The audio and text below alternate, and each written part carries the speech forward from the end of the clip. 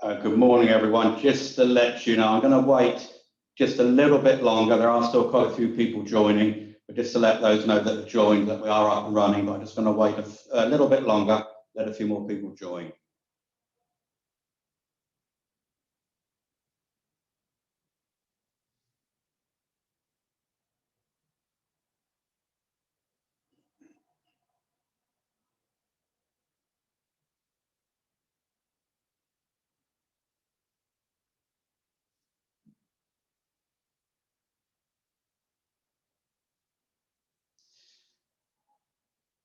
Okay, we seem to have levelled out, so I'm going to make a start, if that's okay with everybody.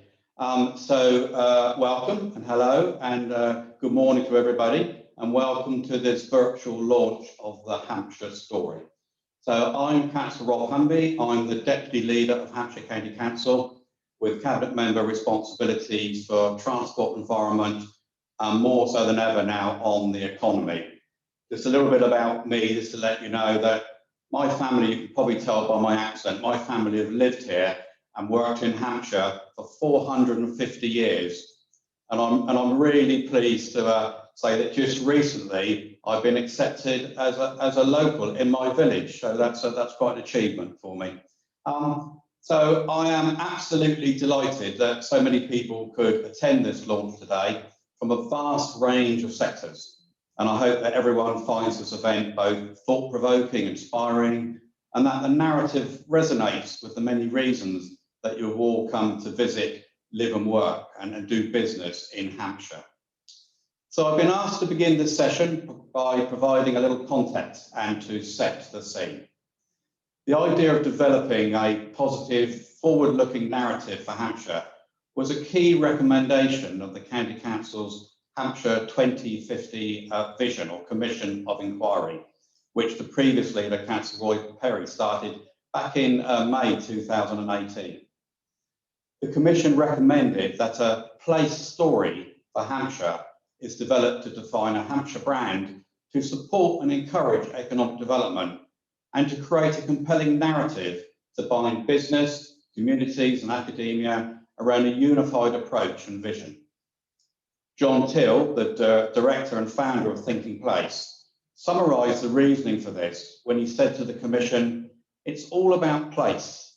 You need to be place-led, not organisation-led." So we are putting place first, as it is places, not organisations, that people relate to, the place that they live, work and visit. Now, I know Hampshire is a very, very special place. Hampshire residents know that it is a perfect place to live and work, consistently ranking it as one of the best places to live in the UK. And our businesses keep proving that Hampshire is one of the most successful economies in the UK, an environment in which to thrive. The Hampshire Story mission has been to bring this knowledge together, create a holistic picture for the whole of Hampshire. This story is for all of us to own and to help champion Hampshire locally, nationally and internationally, to attract government investment, business investment, tourism and talent. I hope that today's event will demonstrate that this is not about creating a logo or a strapline. This is a new approach, doing things differently and developing a Hampshire team model. This is about place, leadership coming from bottom up to the people and communities that are passionate about Hampshire and its future. The Hampshire Story is about us all playing our role in the future of Hampshire. And I'm absolutely delighted to be joined on this virtual stage with colleagues from right across Hampshire and further afield to start the journey of telling and selling Hampshire Story. So this is about me and all of us, holler for Hampshire. I hope at the end of this, we will all be doing that. So thank you very much. I hope you have a great morning session. And I'm now going to hand over to Professor Mark Smith, Vice-Chancellor, University of Southampton, and Interim Chair of Hampshire Place Leadership Group, who will be our MC for today's session. Over to you, Mark. Thank you very much. Rob, thank you very much for that introduction and setting the scene so clearly. And it's really a very exciting day to be here at this launch event for what's been a lot of work behind the scenes by colleagues And you've set out very clearly what we're aiming to do. So good morning, everyone. And I'm delighted to welcome you all. And thanks for your time this morning for this launch event. It's been, it's brilliant that so many of you can join us at this launch event as representatives across all sectors, businesses and other organisations from the county and beyond. And your support is absolutely going to be crucial because, as you heard from Rob, it's the change of approach. It's about not organisations, but it's about the narrative of the place and the people of that place and how they convey it that is so important.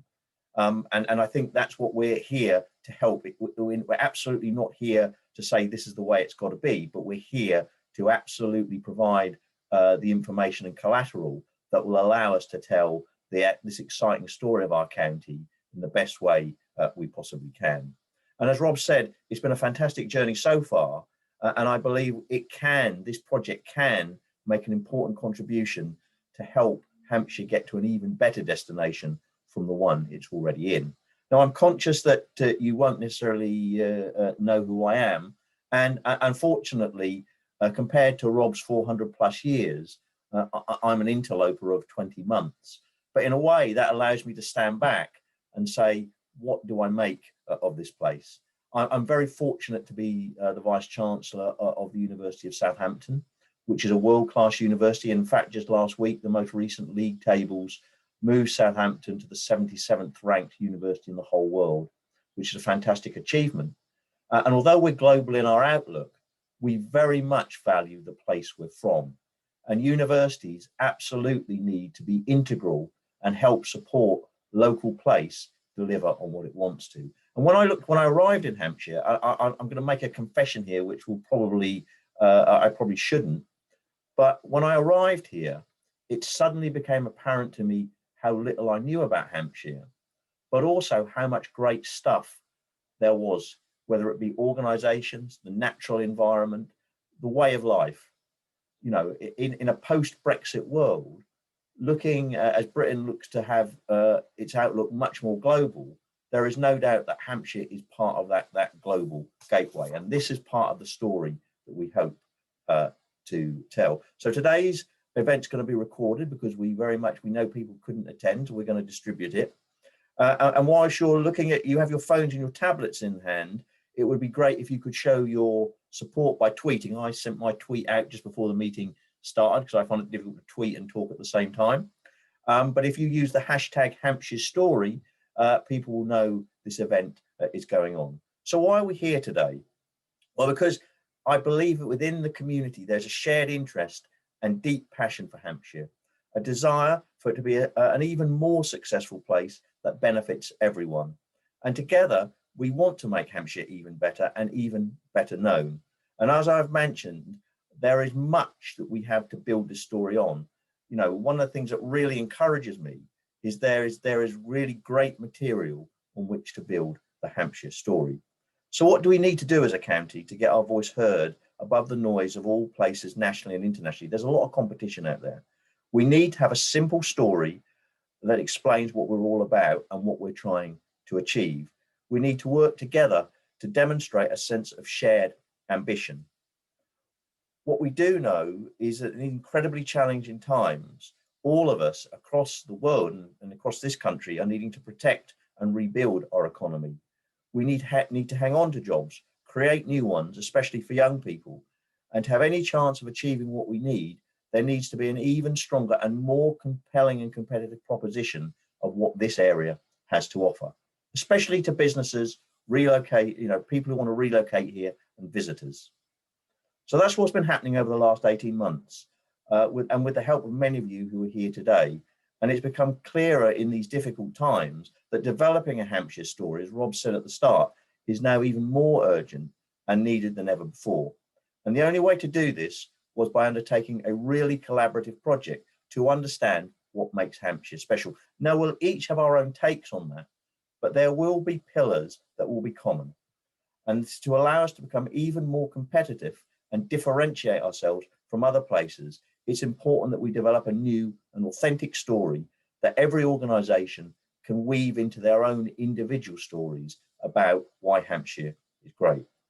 So what we're hoping this project will do is to give us focus and ensure we play as a region to our strengths and that we grasp the opportunities that are in front of us. The real strength, though, will come from each and every one of us playing our part in bringing to life what the Hampshire story is all about, so that the rest of the world starts to hear and see a confident and consistent message about what makes Hampshire extraordinary, regardless of which organisation is speaking. So my job today is to be the storyteller and to walk you through parts of this new story, to tell you why it's been created, where it's come from, why it matters, and hear from colleagues that demonstrate the relevance to their businesses and areas of expertise as to why they're excited by the Hampshire story. So let's get down to business. We should never underestimate the power and importance of place. And I'm sure you can all think about where your first job was, where you've had special weekends away, where you've had an unforgettable holiday, where you went to university or college. And the Hampshire story is something that will allow people to much more clearly remember those things and identify what's special about Hampshire. And what's for sure, we all have emotional connections to places, and that influences both business and investment decisions. Now, sure, some of these things are hard-nosed, but at the same time, there is an element of feeling about how you feel about a place that helps influence decisions. And the way Hampshire is thought about and the experience it provides really matters. And maybe that may be even more true in the new world we are now in. So in determining the story, we have looked at how the place is perceived, what people say about us, and how it's spoken of. There have been lots of key individuals across the region, but also the country more generally, as to how they see Hampshire, many of whom I'm sure are listening in today to this launch event. And I hope what you'll see from this launch event is reflected back to you, those things that you believe are special. And I'd like to thank you all for your contribution so far, because without that, we would not have got to where we are today. So what's been created? The story is for everyone in all aspects of life, and especially important for how we talk about ourselves to those outside the area, to feel proud of what this great county has to offer and what others feel about it. And this can be achieved by one story that allows us to be flexible in what we say, depending on who we are talking to and from what perspective we're talking from. But in essence, the key is to have one story with one strong message that can be tailored to your individual circumstances. That story needs to articulate distinctiveness and the characteristics of Hampshire, highlighting what makes us special and the opportunities for the development and the promotion of the county. This overarching story consists of themes, which are pillars and chapters, and we're going to hear about some of those in a moment. And the big idea is that it creates an emotional attachment and purpose of the place. They represent what needs to be focused on to make Hampshire prosper, and the themes combine, the different elements of the themes combine to make a key coherent story. Alongside these ingredients, they make the Hampshire experience something that becomes tangible to the outside world. And the story comes from our roots, but it is also our tomorrow. So extending the story analogy a little more, if I am the storyteller, there are going to be some characters that I'm going to introduce you to a moment who will make the story real and what the story actually means to them. The first of these themes is about being a global leader in the business of maritime. And there's no doubt the coastal part of this county is important, and it's a natural part of the DNA of this county. Hampshire is at the forefront of marine and maritime, whether it be creating through new technologies or innovations, the work undertaken, for example, at my own university and at Solent and Portsmouth, and other key players such as Lloyd's Registered Global Technology Centre and the National Oceanographic Centre, which we are proud to have in our county. The city ports of Portsmouth and Southampton have a rich maritime heritage and are vital to UK PLC, providing ferry links to Europe, major freight operations, and crude and trading links across the world. And in global Britain post-Brexit, this is going to be ever more important. There are also many leading businesses in the area that are part of this maritime DNA, including Associated British Ports, BAE Systems, Carnival UK, the Portsmouth Naval Base, and the Ineos Team UK, who are battling the America's Cup. So to talk you through their perspective on what makes this part of the story so important, I'm delighted now to welcome Dan Hook, the Managing Director of Armada. Dan, over to you. Great. Good morning, everyone. Yeah, thank you for the introduction, Mark. So yeah, my name's Dan Hook. I'm Managing Director of a business called Ocean Infinity, and we're actually launching a service called Armada, which is in the space of uncrewed shipping. Also the founder of a company called Rad Propulsion. I moved to Hampshire in 1998 to study ship science and naval architecture at the University of Southampton, and have never left. Chose to make it my home, raised a family here, started businesses here, and had a lot of fun here. In my sort of chosen field, marine technology, robotics, green shipping, Hampshire is absolutely world class, no doubt about it, and I'll tell you a little bit about why I think that. So Professor Smith's introduction really resonates with me. Having worked with a lot of his colleagues at the University of Southampton, but also at Solent and Portsmouth universities, and the National Oceanography Centre, I can certainly vouch for the sort of academic prowess that this sector has in Hampshire. The two major port cities are well known worldwide. If you're at an international shipping conference, a marine tech conference, pretty much anywhere in the world, you can mention Southampton and Portsmouth and people can place you. They know where you are on the map. They know where you come from. But what's really great is there's also a fair chance that they will have also heard of Cowes, Lymington, the Hamble, and certainly the Solent. So we've got some great sort of place brands here, but we also have some fantastic business brands here. So why is it a hotbed for marine business? In my view, we've got all the ingredients. We're close to a capital city, and all of that brings access to finance, access to law firms when you need them, access to business, access to government. We've got the local airport at Southampton, but we're also close links to Heathrow, Gatwick. The universities I mentioned earlier have a massive part to play in this story. We've got a mix of commercial, defence and leisure marine.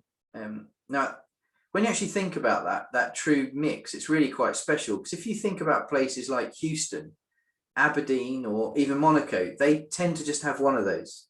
Very, very few places on the planet have the mix that we have in all three. Geography plays a big part in this.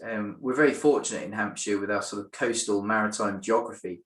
Our ports, harbours, we've got sheltered water, we've got open water. Perfect timing with the picture. We've got quiet water and we've got crowded water. And all of these and the mix of them is absolutely perfect for marine business. You do really need all of those environments in which you can thrive. We have the Navy here and all of that brings. Not just research and development at places like DSTL Portsdown, but also the management and operational side of Whale Island, training at Salton, operations in Portsmouth Naval Base. It also brings with it a huge supply chain and some fantastic talent. So when people are trained and then leave the Navy, they're fantastic people to join businesses in the area in the marine sector.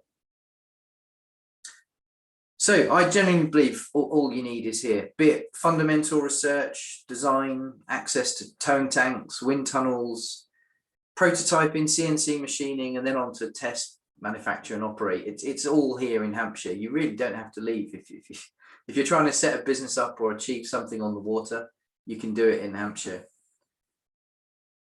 There's no shortage of innovation going on. You've seen some of these pictures giving snippets of it, but what is actually great about Hampshire, in my view, is in the marine industry, it's not just the number of things invented here, but also the fact that they're very often prototyped, built, manufactured and operated from here. I could go on with this list and I won't, but a few examples, things like the hovercraft, early testing and development on the Isle of Wight, but they still run in the Solent today and they're still built at a facility in Southampton. Autonomous underwater vehicles, many of the very early versions of those trace their roots back to the National Oceanography Centre.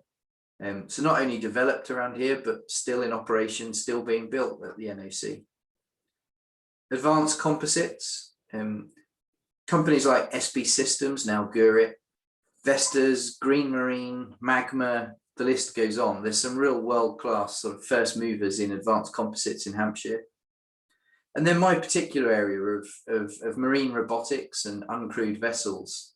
Companies like ASV and more recently others, including BAE, have been really active in this space. So That's certainly a technology that was really first proven in the Solent and is now becoming a worldwide thing, with companies like Ocean Infinity really growing it at scale. So the list goes on. I could go and go. This picture's a great one example. You know, foiling yachts, very much tested and developed in this area. Fast planing boats. If you look up somebody like Commander Peter Duquesne from Vosper Thornycroft, you could really trace back the early roots of fast boats to him. Still built, designed and operated in the Solent. So what does the future hold for the sort of marine sector? Firstly, I wish I knew for absolute certain what the sort of technical and business developments will be. But what I am really confident in is that many of them are going to take place in Hampshire. Many of the developments, innovations, creations, inventions are going to spin from Hampshire. There's absolutely no doubt in my mind that that's true. When we look at trends in the marine industry, we certainly see a move towards low emission transport and maritime operations. We see demand for data at your fingertips, whether it's for optimization, improvement in safety, reliability, predictability. We see a massive demand for on-demand logistics and mobility. Certainly if my house is anything to go by and the number of Amazon parcels dropped off, this is certainly a trend here to stay, and that's going to have a huge impact on how we use the water. There's a hunger and a need for more data about our oceans, rivers, seas, lakes, beaches, and coastal environment as we sort of proactively support them and manage the impacts of climate change. Ongoing instability and security concerns around the world aren't going to change, not in the short term, unfortunately. The demand for resources, be it fish, be it seabed minerals, or be it power from wind, wave, and tides. These are all trends which are really leading to a big growth in the marine sector. This will mean a big growth in investment. It will mean a growth in recruitment and productivity, meaning revenue per head. Particularly in Hampshire, I think the large part we have to play in the marine story is in the high-tech end, the higher productivity end. So thanks for the opportunity to speak. Hampshire is well placed in the marine sector. It's got a great story. I think sharing that story and writing the next chapters certainly needs events and initiatives like this. So thanks to all the team working on it, making Hampshire a better place still. Thank you for the time to talk, and see you on the water. Back to you, Mark. So Dan, that was a really fantastic first part of our story, and already we've seen the connection between geography, place, and leading edge thinking and technology, which is really already very special and something that we can build on. So moving to our second theme, Experience England, and there can be no doubt that we're lucky in this area to have some of the finest parks, open spaces and attractions for all ages to enjoy our incredible county. Hampshire, in many ways, is a reflection of what people see as Englishness. For example, the kind of trout in sparkling chalk streams to village pubs and greens and cricket. And the Hampshire and the National Collection of pre-1900 roses, and of course Winchester Cathedral. These are just a few, but these are iconic things that do make the whole country what it is, and we're home to many of them. And the landscape is incredibly diverse, being the home to 2 national parks, the New Forest and the South Downs. And you might even have an opportunity for a glass of locally produced Bombay Sapphire gin, sparkling wine from our many vineyards, or fabulous venison. If maritime's your interest, then we have historical and present day, building on what Dan's already said. And then Hampshire is definitely for you, with HMS Victory, the Mary Rose, the Royal Navy Submarine Museum, Cows Week, and of course the Southampton Boat Show. Many nationally important either artifacts or events. And to give their perspective on this part of the story and why it's important, I'm delighted now to welcome Tracy Nash, Commercial Manager for Hampshire Fair. Tracy, good morning and thank you. Good morning, Mark. Good morning, everyone. I'm absolutely delighted to be here with you as part of the Hampshire story. So I've been working for Hampshire Fair for the last 9 years. It's an incredible organisation, but I'll tell you a bit more about what we do later on. Firstly, where do I begin? Okay, so with that landscape and our assets, Hampshire is England in microcosm, in my mind. In terms of when it comes to our produce, it's just as diverse as the landscape. Let's talk about chalk. So that chalk that is part of our geology is the same chalk that's running right through to the Champagne region of France. This has meant that over the last few years, the vineyards in Hampshire, this surge of English sparkling wine and still wine has just increased so much because of this chalk. Now, the chalk also provides us with crystal clear waters of the chalk valleys, where our trout, our trout farms have been here for decades.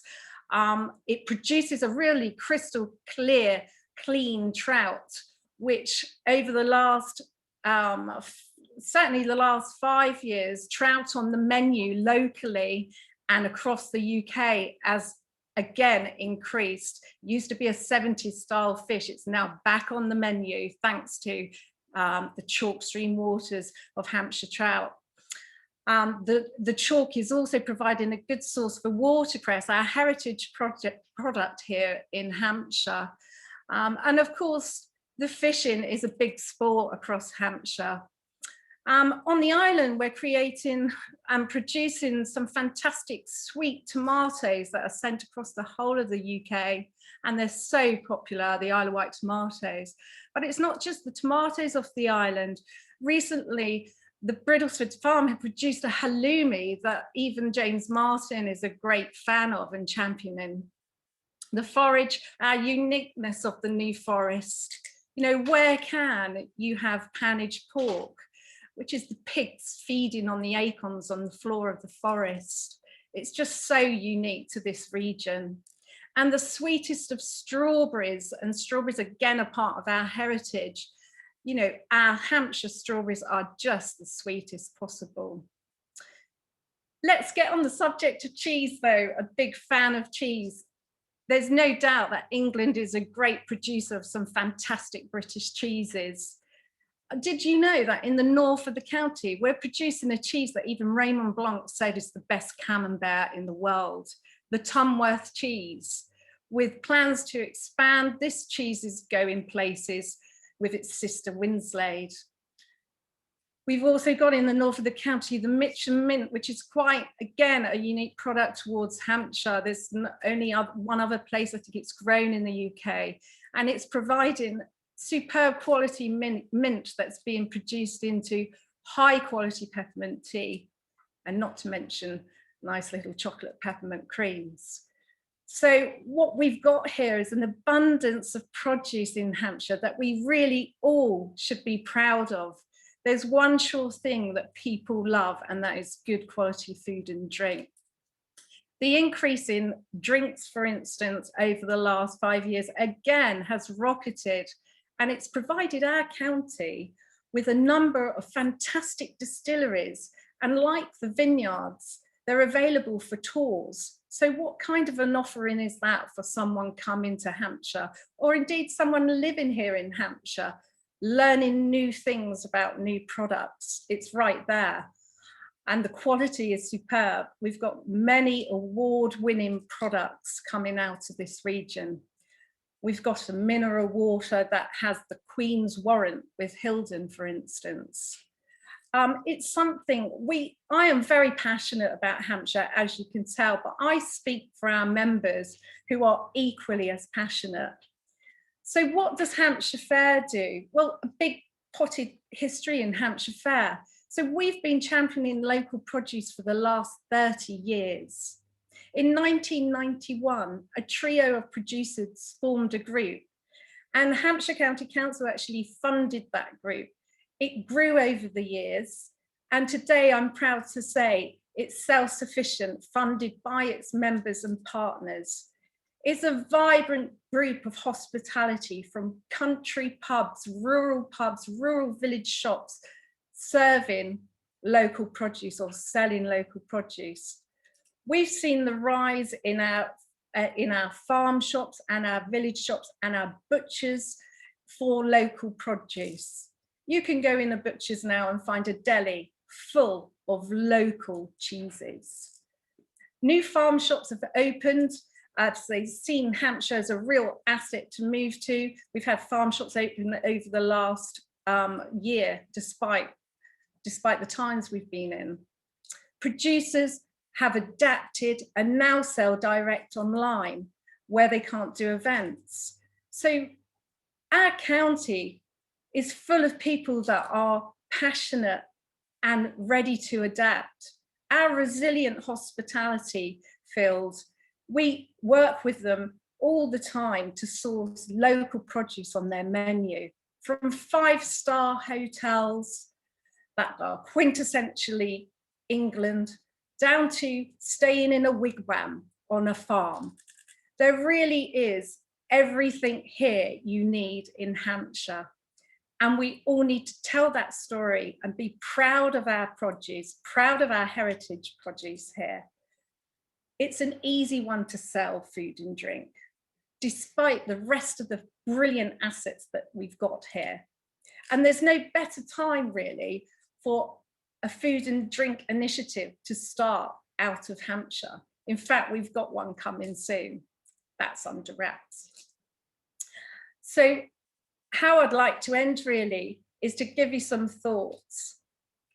When you're out dining or when you're at home, be sure to be proud of what's on that menu or what you're cooking at home, because Hampshire Fair, actually, our members employ over 16,000 staff.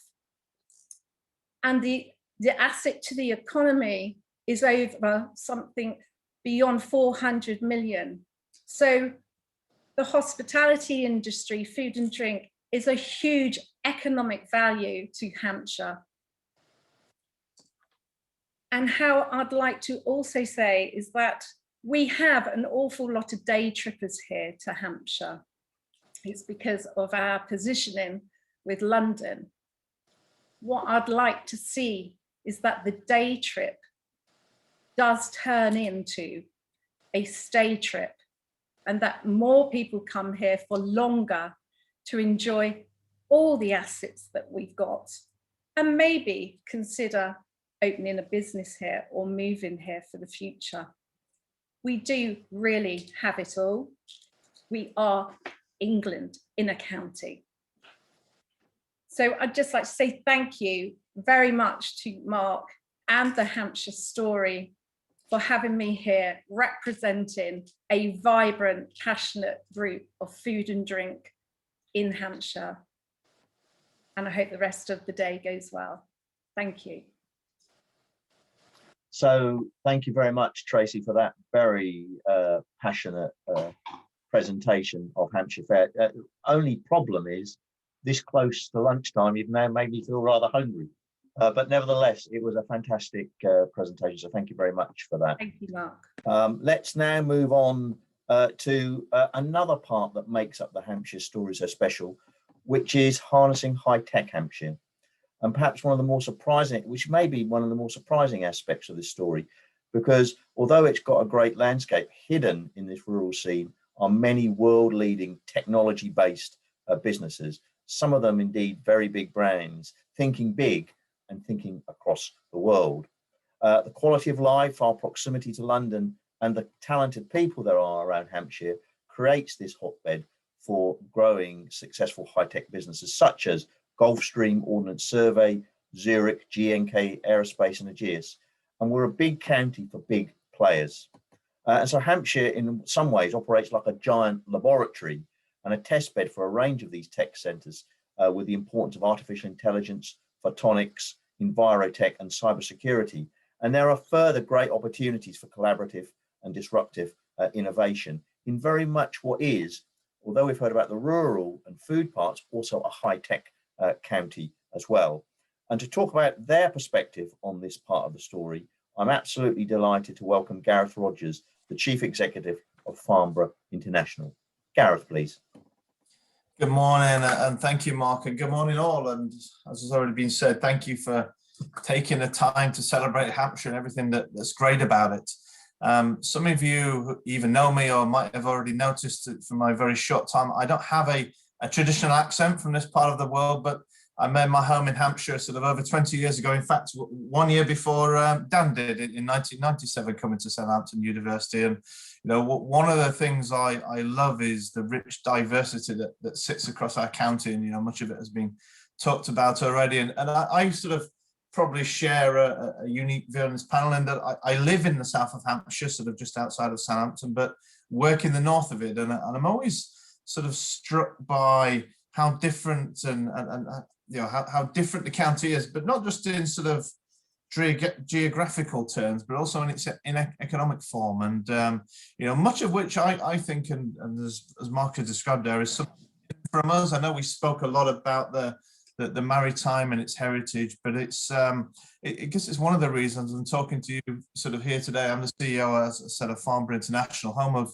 not only the world famous Farnborough International Air Show, but also home of the recently built Farnborough International Exhibitions and Conference Centre. That was a £35 million investment with 20,000 square metres of space, opened 3 years ago in 2018. And to me, it's an exemplar at the heart of what I would call sort of hidden Hampshire, with a county that we've already sort of talked about, dominated by the two large seaports on the south coast, all of their surrounding and associated business, national park in the west and the South Downs, as we've spoken about, and a stunning ancient capital just in the middle of those two.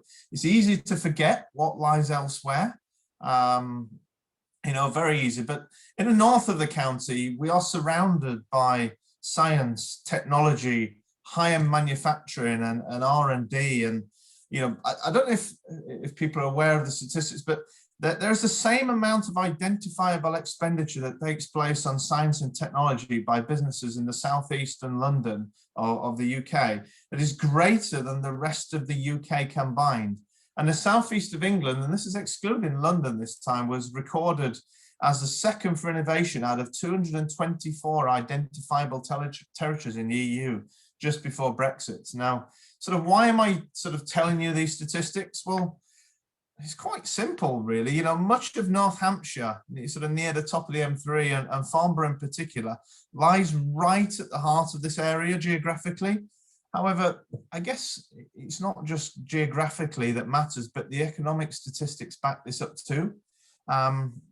The R&D intensity of Hampshire's economy is above the UK average and similar to that of the southeast as a whole, and which we've already established. The whole of the southeast and Hampshire, therefore, is way streets ahead of much of the UK. Now, many people, even within Hampshire itself, do not associate the county with this sci-tech world, but it's not really that surprising, given that sort of 100 years ago, Hampshire was the birthplace of British aviation. Whilst I'm not there today, I look out from my office onto the location where Samuel Cody took the UK's first powered flights, and the old Royal Aerospace Engineering site. Here, many of the significant events for UK and developments in the country's aerospace heritage took place. The jet engine was developed. The balloon factory for developing most of the balloons 100 years ago, 120 years ago, was developed there. Concorde's wings were tested. Spacesuits were even designed in conjunction with NASA. Up in Farnborough, and that just names but a few. I probably could spend my entire 8 minutes I was due to speak, just speaking about these. But out of this has grown a hugely significant aerospace industry, and bled out of that is a huge and significantly R&D and sci-tech business that's grown and developed in and around that M3, M4 corridor that Hampshire takes a massive and significant part, but also 73 years ago spawned the first ever Farnborough International Air Show in 1948 that we at Farnborough International continue to curate today. It was originally designed as a tangible way to demonstrate to the British public that the aerospace development that their taxes were going into was not being wasted. But it has grown into into the preeminent and most multinational air show in the world, and that takes place here in Hampshire. It's grown into the so should I say it's not only is it in terms of air show growth, it's actually one of the largest and most important trade shows throughout the whole world.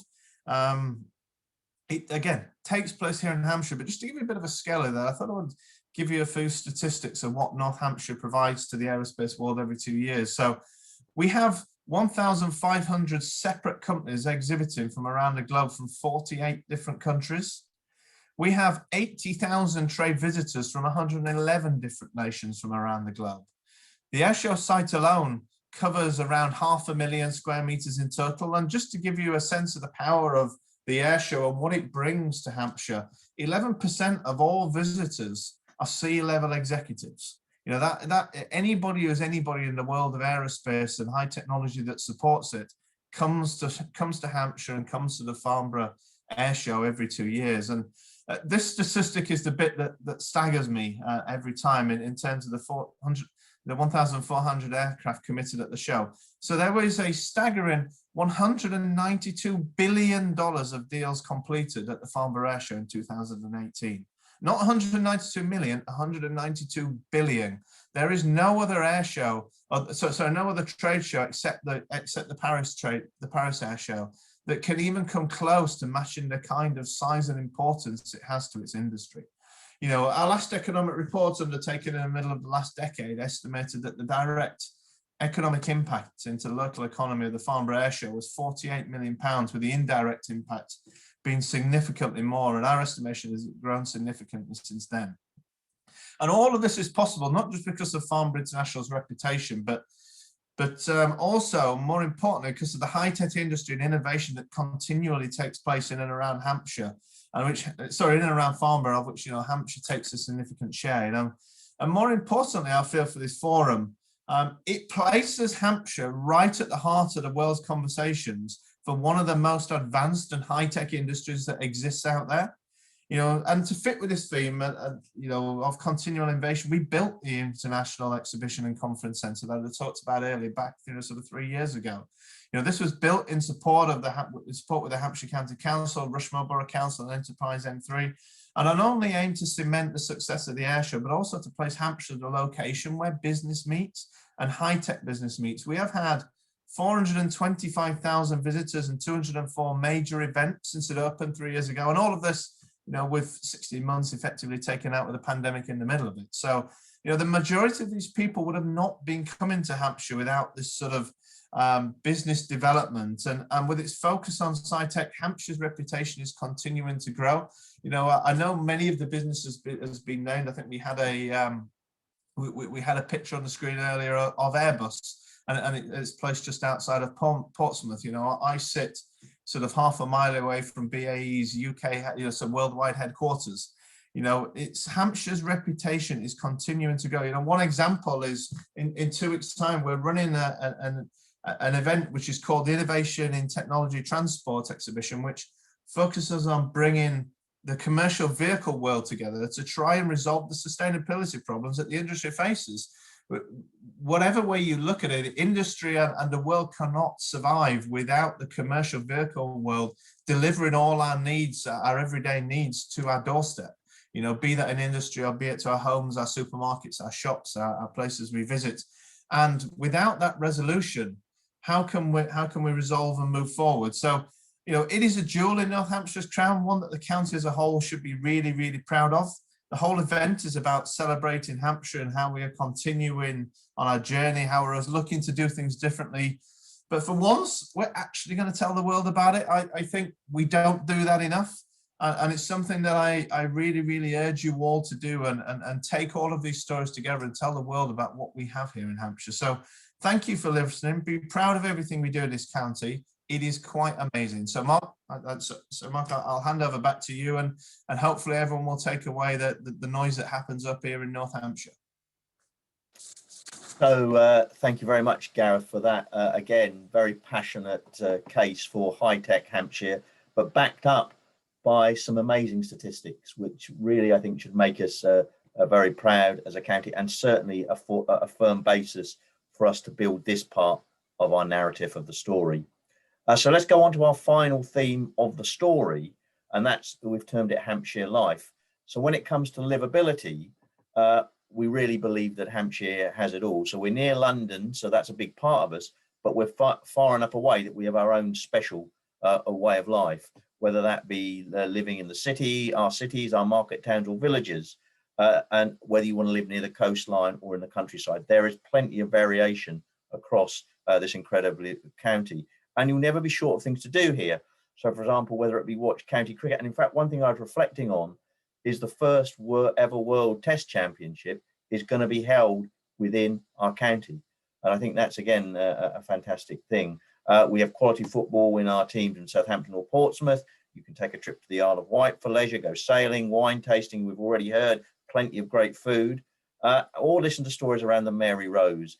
And I've even discovered in researching this, you can even visit Peppa Pig World.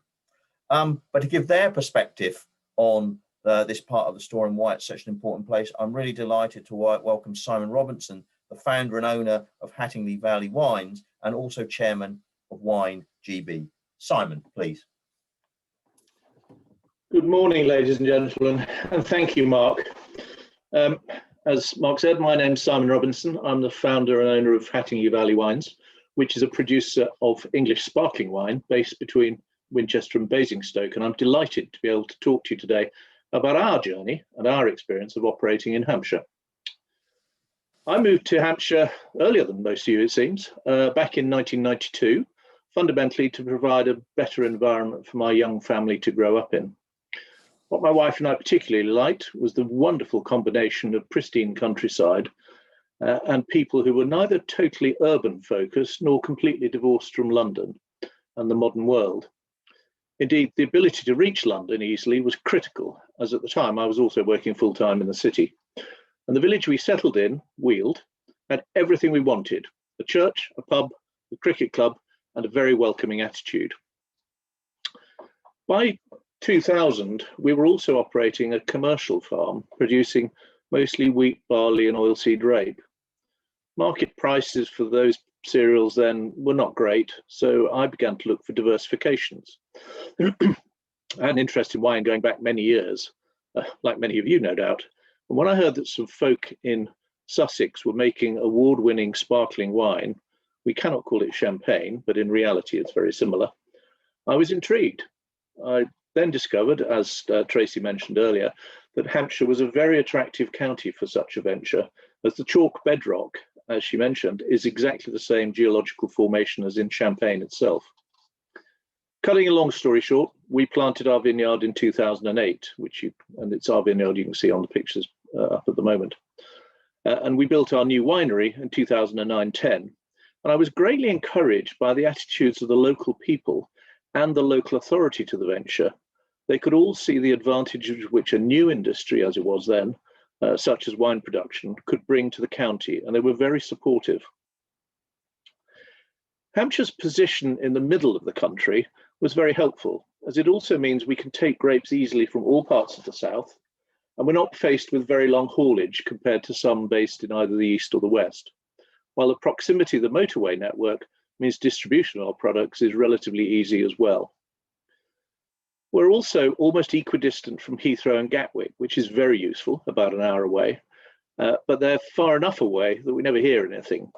And for shorter flights, Southampton Airport, as somebody has mentioned already, in my view is a hidden gem, which is always my first choice if possible. The old estate agent adage of location, location, location being the three great attributes of any property apply in spades here. Great soil for us, great support from the people and its local authorities, and great connectivity. And for the family, it's a great place to live. We started sales in 2013, and right from the off, we wanted to export and expand. So in 2010, our first vintage year, we made 25,000 bottles, which rose very quickly to a peak of no less than 690,000 in 2018, which is our annus mirabilis, if you like. It's still an agricultural industry, however, and production critically depends on crop yields, which in turn depends on the climate. And 2018 was a wonderful year, a far cry from 2012, where we made nothing. And indeed, Hampshire generally has a pretty good climate for production of grapes compared to other parts of certainly anything north of London. We'd always realized that exports were going to be important, and we now ship to about 16 or 17 countries, particularly the United States, Japan, Australia, and Norway, and hurrah for the Australian Free Trade Agreement announced today. That's good news. And the close proximity of Southampton is very helpful for this. The good news is that UK wine production is undergoing very rapid expansion at present, and Hampshire is developing into one of the key counties, partly due to its chalky soil, topography, and wonderful climate, but also because it's a very large county. When we started, there were only one or two quite small vineyards in the county, and I made it my mission to encourage others, even though I'm sure that at the time, the farming fraternity, probably understandably, felt that wine production was a curious Robinson eccentricity at best, and downright crackers at worst. But one or two folk did see the potential, with the result that we now have 5 or 6 serious-sized vineyards within 5 or 6 miles of us. And Hattingley has been referred to by one influencer as the mothership of Hampshire winemaking. Interestingly, one of those vineyards which has been planted by Champagne Pommery, the second largest producer in Champagne itself, which without doubt has validated, as far as I'm concerned, the concept of wine production in Hampshire, if it actually needed further validation. There is now very little doubt that the county will be one of the main homes of winemaking in this country. However, vineyards and wineries have a greater impact than simple winemaking might suggest. It is ideal as a rural development, as it creates a lot of rural employment, most of which is ideal for young people with drive and enthusiasm. We very rarely have problems recruiting. It is true that housing can sometimes be a bit of an issue, but there are plenty of options covering all price ranges, and we always seem to muddle through somehow. Wineries and vineyards are also important, however, as high-end tourist destinations, which support local businesses such as restaurants and hotels, and of course other places like petrol stations, shops, etc. Indeed, there is certainly a very good opportunity, I think, for high-end hotels in Hampshire. And the nice thing is that wineries tend to attract high-end tourists who tend to be, as I say, higher spending than the average tourist, and there's good international research to back that up. But how has it been for the family? Well, in short, very successful. There are lots of good schools in the area, and people are very welcoming. It's not a place where you are not a local until you 4 or 5 generations have passed.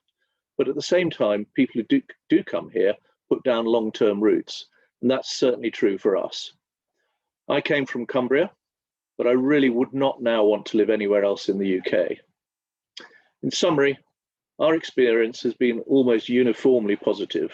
From a family perspective, it's been a resounding success, while for the business, the county and its local authorities have been keen to help. We found it pretty easy to attract and retain young and enthusiastic staff, as it's such a great county to live in, and with very easy links to London, Southampton, Portsmouth, the National Road Network and the major airports, it's a perfect mix for most people. And even in this new age of Zoom calls, as the internet connections have been improving as well. So all in all, everyone in Hampshire enjoys a very special way of life.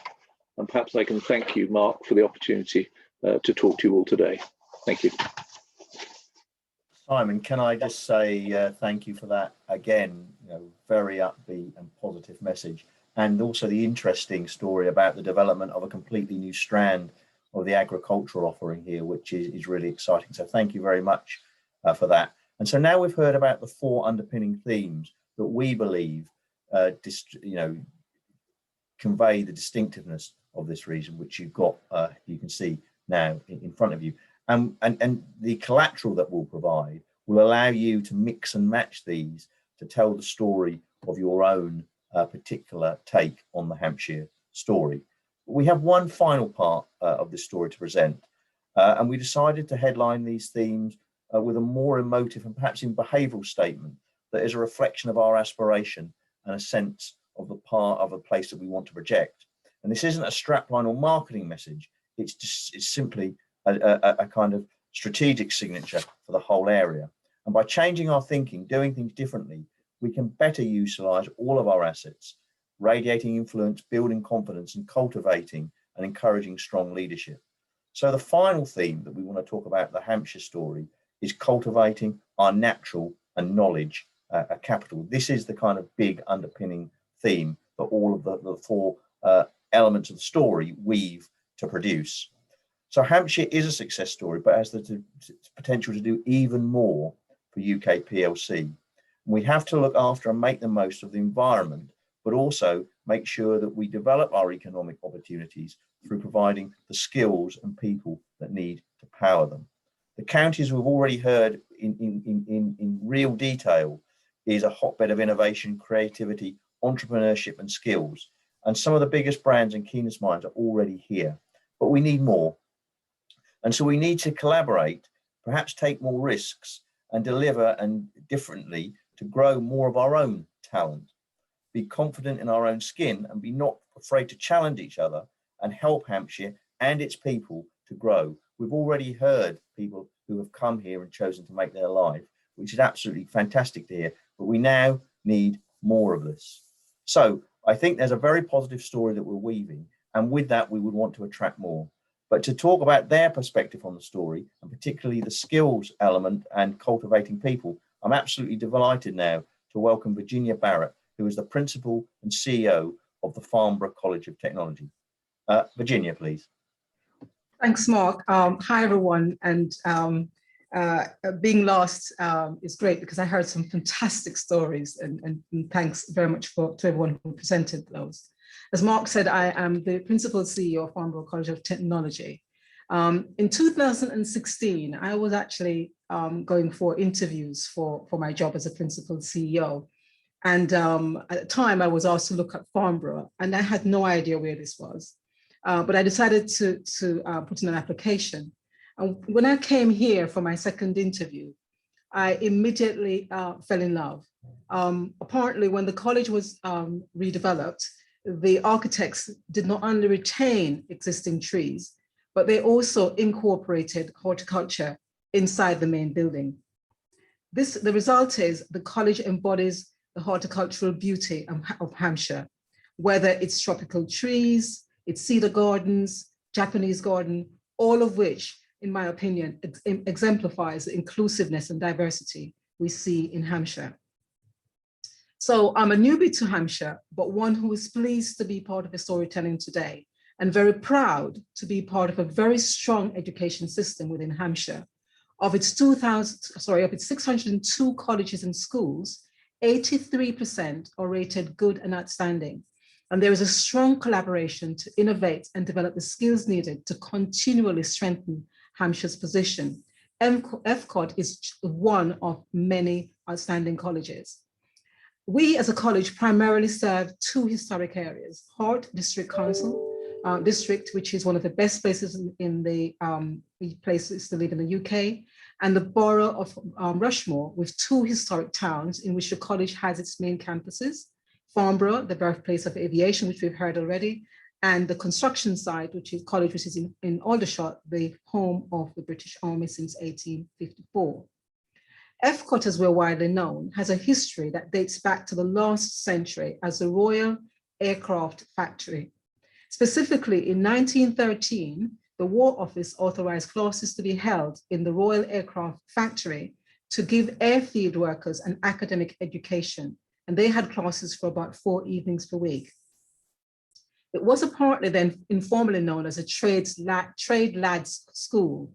In 1914, World War II resulted in the college being closed, but it resumed in 1917.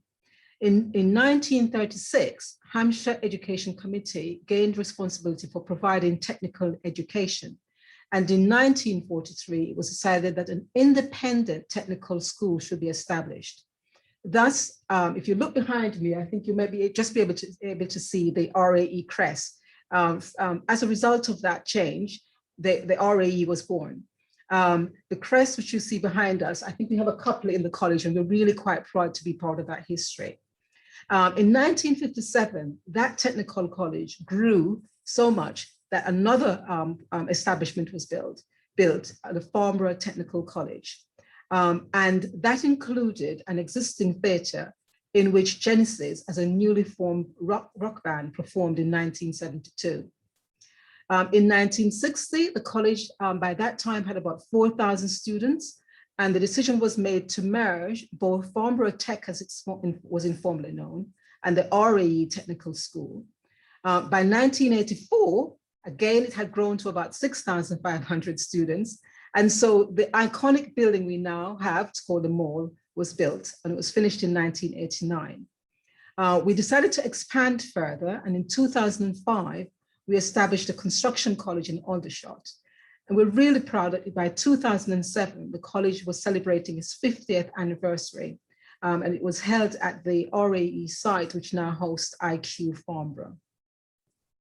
Since I've been here, one of the things that I can testify to is that there's a great spirit of collaboration within Hampshire. And some of the quirky things we have here is that collaboration and innovation has been a feature of the college itself since its inception, including amongst the student body, who undertook a few memorable and questionable ventures. For example, in 1967, they created Hope's UFOs for a charity rag week. And these apparently caused national scare, including the army destroying one in a controlled explosion. Documents were released 44 years later in 2011.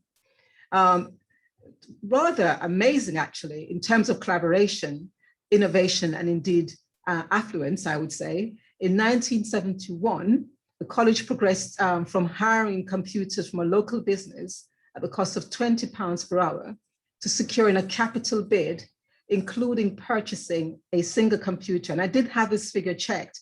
Apparently that single computer cost at that time £70,000, which is equivalent to almost $1 million today. So we're really proud to be a part of this history. And for those of you who may be aware, in terms of place shaping, in 2016, we consolidated our higher education offer in the form of the University Centre Farnborough, and this was formally opened by the Duke of Kent in 2016. Many of you may also be aware of the government's recent paper, the Government Skills for Jobs Strategy, which puts employers at the centre of education with colleges. And here in Hampshire, this is already in practice. So if I give you a couple examples, within Hart, we work with many hospitality businesses. And an example of that is a Savoy Hotel contributing to the college to develop an innovative demonstration kitchen, an amazing facilities which we invite people to come and see.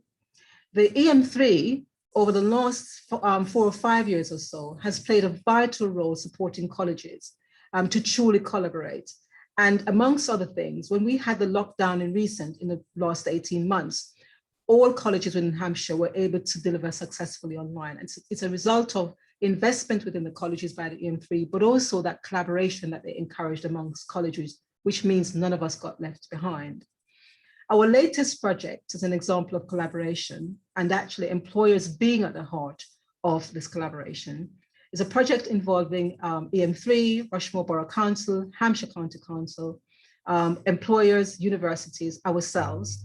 We invested about 7.5 million, and that has resulted in us in the final stages of completing the Aerospace Research and Innovation Centre that will showcase a showcase of talent for the aerospace industry, but also it will be a vital facility for SMEs and others to be able to innovate and actually grow that industry.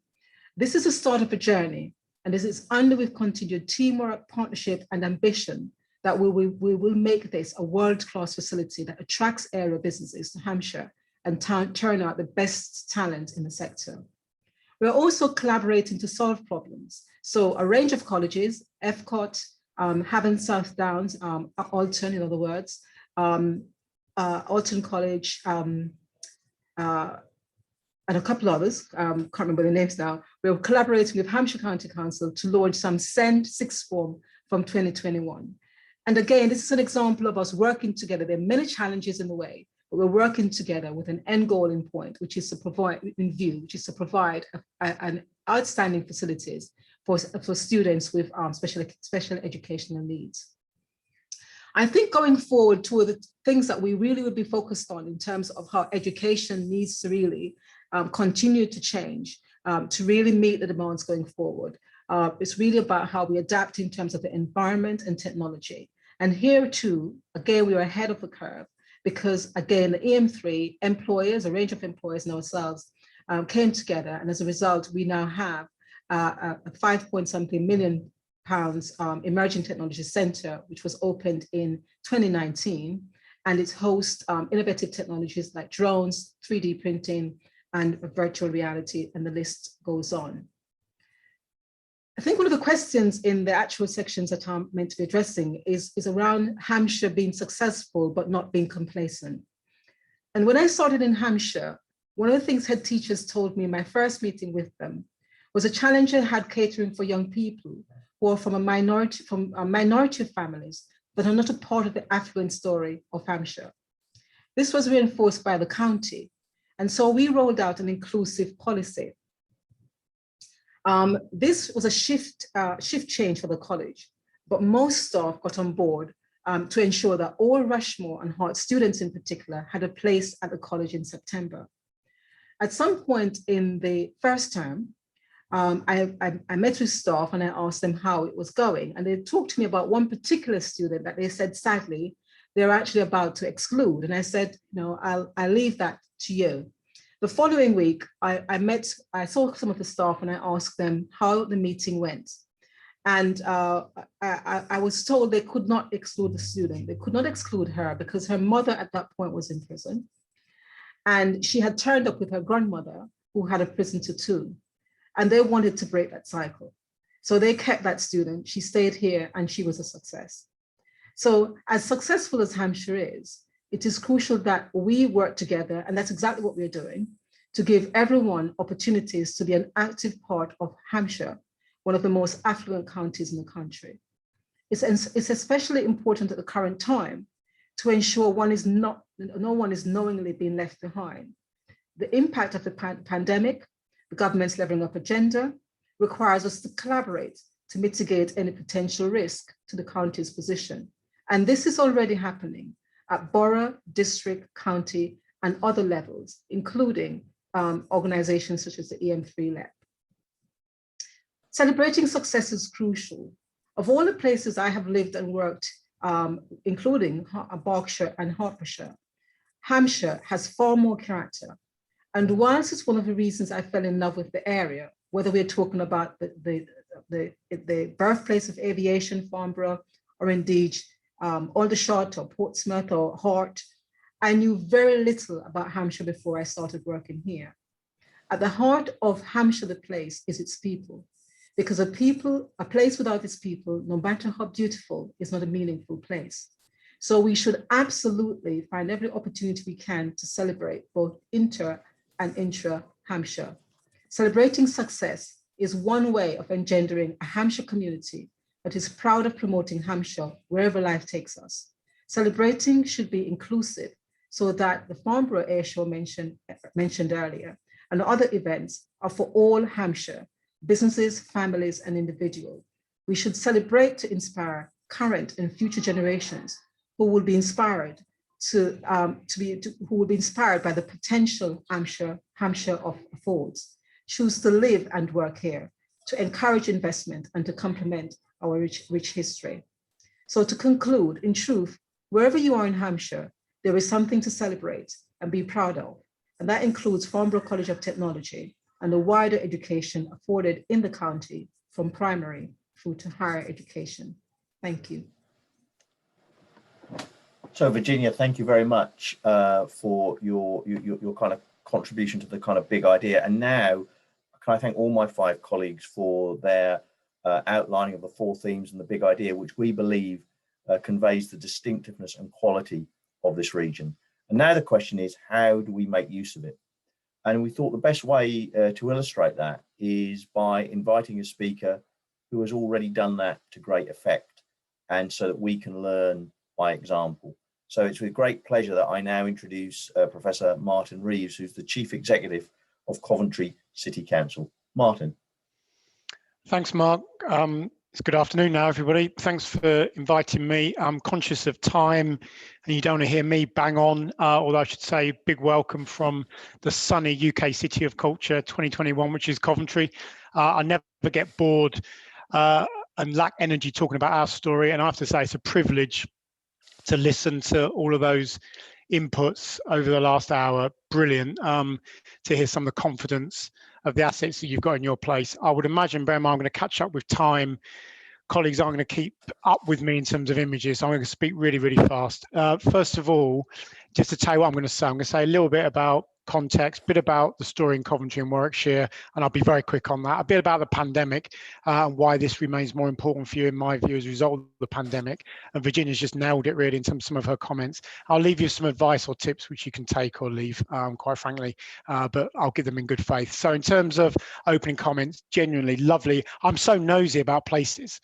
I'm just a place lover, and I do know a bit about your place. So just to locate me a little bit, my father spent his entire professional career in Kent, but working for Marconi GEC, Marconi Avionics, and then BAE Systems. So I and my family were never strangers to the air show. Secondly, my brother spent most of his working life in the armed services, so worked, trained, played football to a high standard in and around Aldershot. And yes, I've got young daughters. I have been to Peppa Pig land. So look, assets come in all different shapes and sizes, Hampshire, and it's stringing them together, which is a key of your story. So look, you've nailed it already, in my view. You've got a clarity of understanding of what your assets are.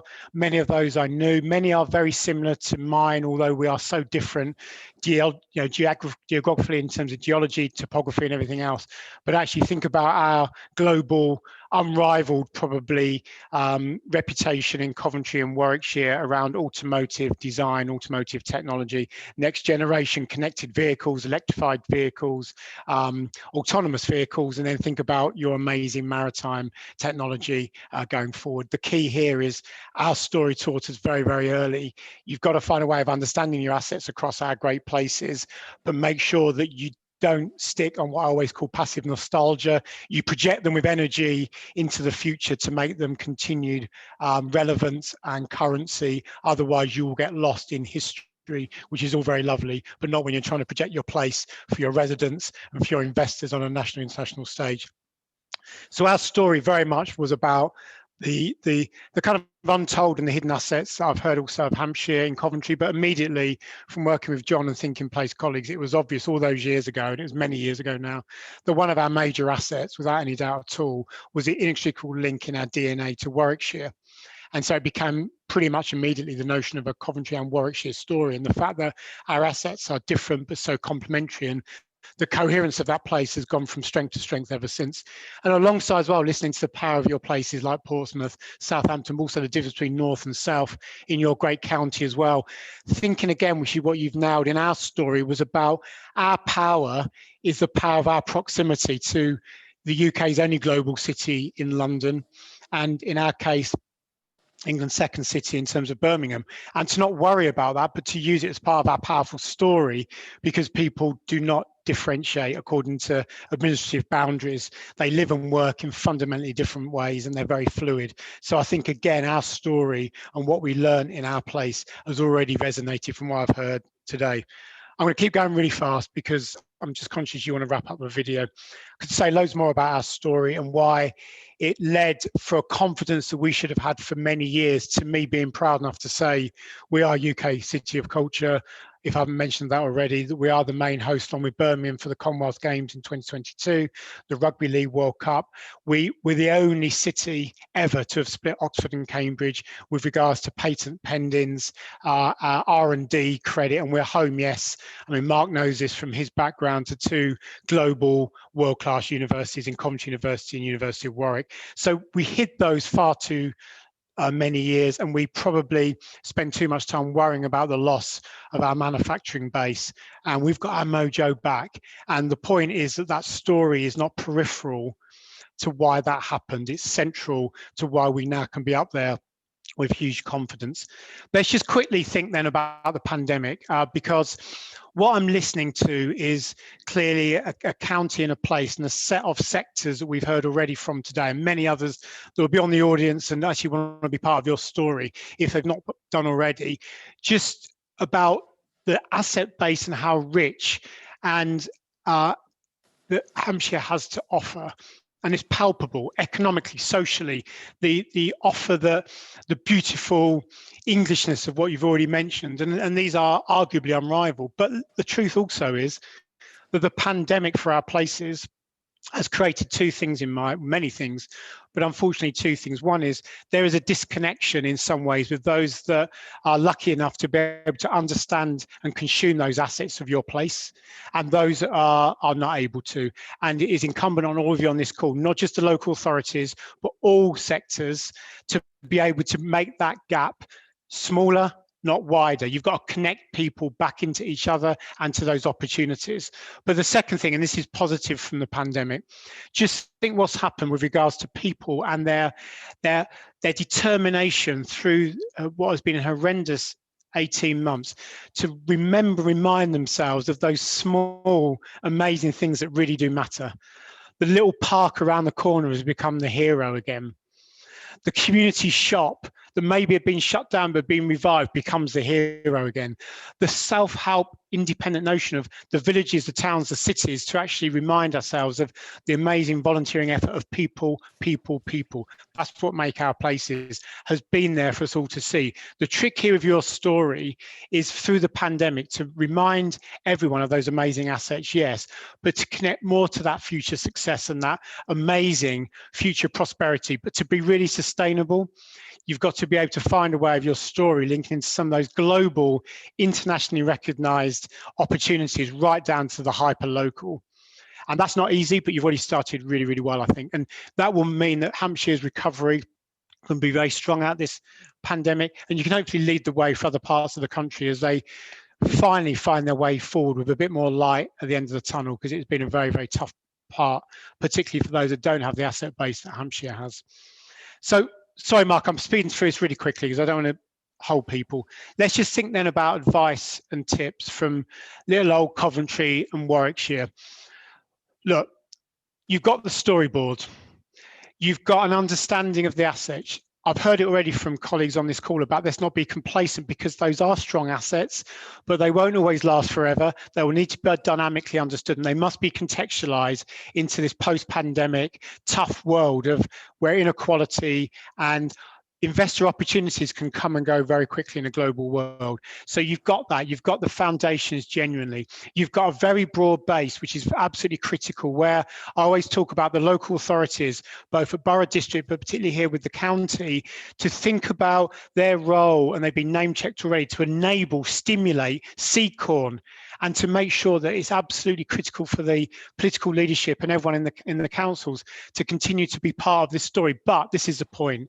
You on this call need to charge others from across the sectors to be the chief narrators, the storytellers through everything that you do to put Hampshire on the map, both nationally and internationally. It is not the local authority's job to lead from the front. You need to get in there, drive it forward with that great enabling role of the councils, because they will always be here. We will anchor it in local authorities, will be different, will be different sizes in the future, but this is what you need to focus on. You need to grow your champions, your advocates network even more, deeper, wider, make it more inclusive, so those people can go out and say something amazing about Hampshire, not just every day, but every hour. And that must be a relentless focus on making that group bigger and bigger, snowball it, bring people in. You need the emblems and symbols. You must find a way, and we've heard of many of them, to be unashamed on any national, international scale, to talk about the symbols of amazing vibrancy of recovery into the future for your county, and not be quiet about that, and make sure that you pick those very carefully. And above all, which I've heard literally throughout everyone's presentation, remain fixed on your authenticity and your uniqueness.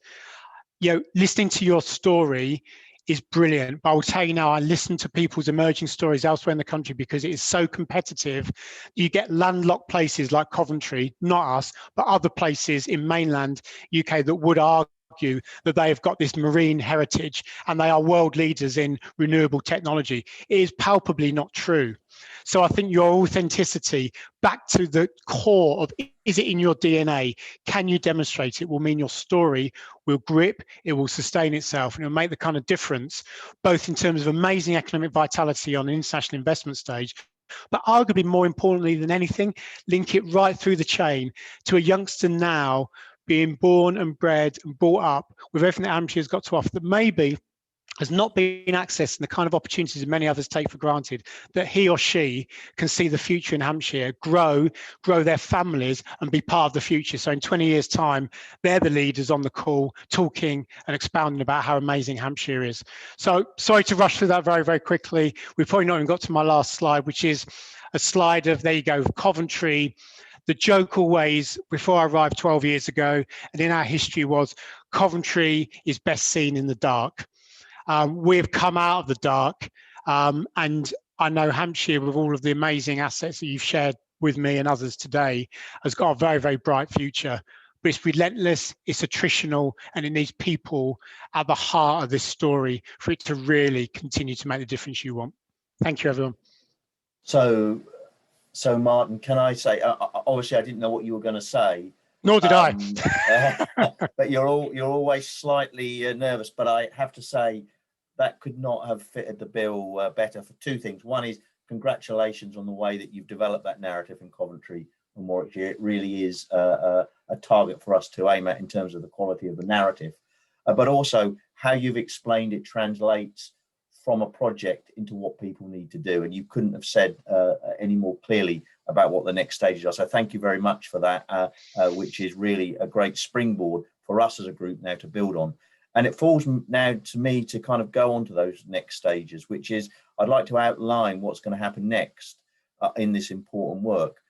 We've been at this still a relatively short period of time, and I've been lucky enough to be involved from the start. And considering the scale of what we wanted to achieve and the pace we wanted to move at, I think we've already done a lot. But there's no doubt this is just the next stage on what needs to be a continuing development. As part of that process, we've created the Place Leadership Group, which will work as effectively the guardians, not necessarily of the brand, but of making sure this project continues with its impetus, so that we make sure those assets we have, that narrative that we develop, continues to be up to date and doesn't get yesterday's news as we continue to promote and develop Hampshire. I'm very pleased that the County Council, Martin described perfectly the way our council sees its role, and I'm very glad that they're prepared, the County Council is prepared to take that role of being supportive, but realise it's about us as the community of leaders that will need to deliver and take the message out there. It isn't solely a county council responsibility. So I'm sure you're now thinking, how do we get involved? Now, we've already been lucky enough to have many individuals and companies acting quietly as fantastic ambassadors for Hampshire, promoting the place, speaking about it, talking about their industries or businesses. And some of those have spoken today.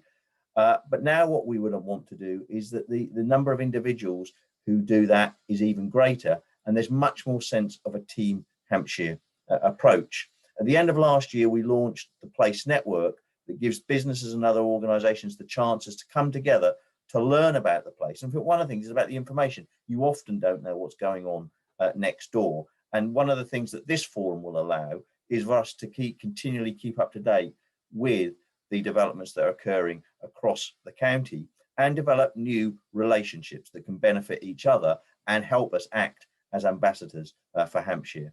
We've already had 2 successful meetings, and I hope you managed to come to one of these. And these provide opportunities for us to come together, I say, and really understand the place in a dynamic way, because it's a continuing. And one of the points I took from Martin's comment is there's a competitive world out there, and we have to make sure that we continue to fight for our corner. And the purpose of this overall programme is to bring businesses and organisations together that really continue to put this narrative and Hampshire on the map. We've heard, and I hope you agree, that we've got fantastic material to build this story from and to act as ambassadors for Hampshire and cascade the story about what a wonderful county it is. We all have connections outside Hampshire. We all interact with a whole range of spheres, and ensuring that this consistent and upbeat narrative about Hampshire continues to be part of those conversations. So effectively, in web speak, we would want this story to go viral, because that will mean we're being successful.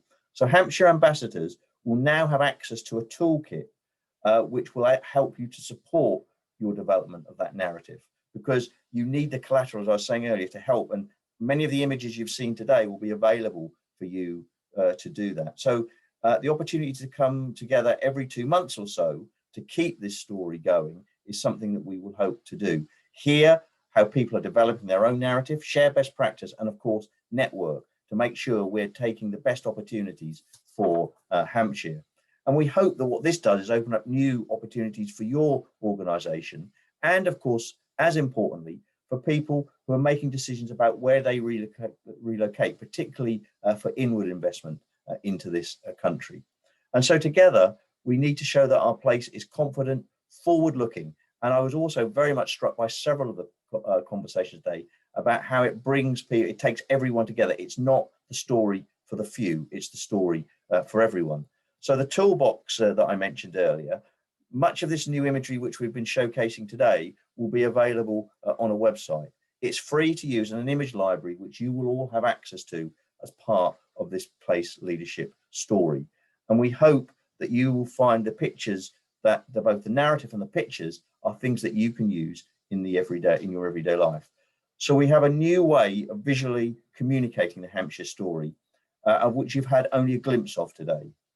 We're going to now hold a couple of masterclass sessions for key stakeholders, design agencies and commissioners work, both for the public and the private sector, so they can understand how they can use this collateral that will be available to them. And hopefully they can weave it into their marketing and their projection of Hampshire as a county. As you see, the next one of these will be on the 7th of July, and I hope people are able to take advantage of this. Additionally, you all know how important it is to do a great job of presenting your organisation on the internet with a compelling website. And it's no different for Place. And it's great that from today, we will have an independent, non-commercial site that tells our new story of Hampshire. And you'll see, so from today, www.hampshirestory.co.uk will be live. So I hope you visit it and you can use it then to promote your messages about this area. And the intention is to keep it up to date and build on the information and collateral that's there so that it keeps up to date. And you can use it to learn about what's happening in this fantastic place of ours. And I have to say that I'm really impressed with the quality that's been put into that website. And I want to thank all the people who have put that together. So I hope you see that what we're doing here is producing not only a narrative, but also the materials which will help you project our story about Hampshire as a county that is unparalleled in England and is indeed an economic powerhouse in its own right.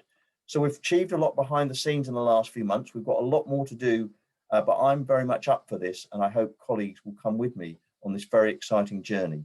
And I hope you'll be at our next ambassadors meeting on the 29th of September. Now, as part of this launch, we've also commissioned a video. That video will also be sent to you as a link post this meeting, which I hope you'll click on, and then also be available on the website.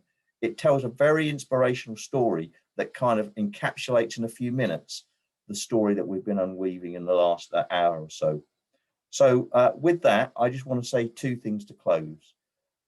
First of all, thank you all for your time. Time's a hugely valuable commodity. I hope today's enthused you about our fantastic county. But I also want to thank the colleagues behind the scenes who have put in a huge amount of work. Those colleagues at Hampshire County Council, particularly Andrea and Richard, but also the colleagues from Thinking Place who have helped us drive this story. I very much appreciate all the hard work they've put in to get us to this event today. And please don't forget, hashtag Hampshire Story. I hope you will use it, and I hope you will continue to be involved as we take the next steps in telling the narrative about this wonderful county. Thank you very much for your time today, and hope to see you at future events. Goodbye. Thanks, Mark.